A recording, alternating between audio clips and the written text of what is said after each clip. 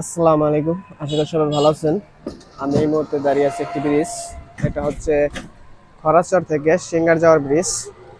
এই পাশে হচ্ছে খরাচর যাওয়ার রাস্তা পিছনে। আর যদি এই পাশে দেখায়, এই দিক দিয়ে হচ্ছে সিঙ্গার যা। আর এই পাশেই বন্যা এবং বৃষ্টির পানি এসেছে। তো এই স্থানটা হচ্ছে খরাচর, এটা মূলত ব্রিজ। আর এই পাশে বৃষ্টির কারণে অনেক পানি হয়েছে, দেখতে পাচ্ছেন কত পানি। এখানে বন্যার সময় অনেক পানি হয়, অনেক সময় এই ব্রিজ পর্যন্ত পানি আসে।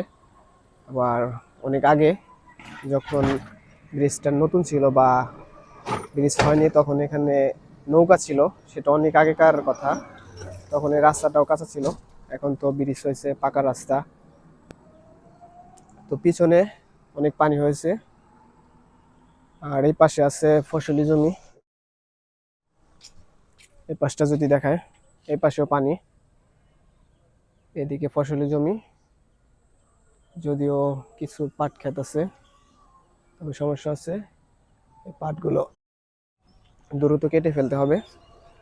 কারণ বন্যা যেভাবে পানি হচ্ছে, বন্যা এবং বৃষ্টি দুটা মিলে খুব তাড়াতাড়ি পানি হচ্ছে, যার কারণে এই পাট বলেন বা অন্য যে মিষ্টি কুমড়া, চাল কুমড়া, শসা ইত্যাদি যে ফসল আছে, পেঁপে, এগুলোর গাছ মরে যাবে।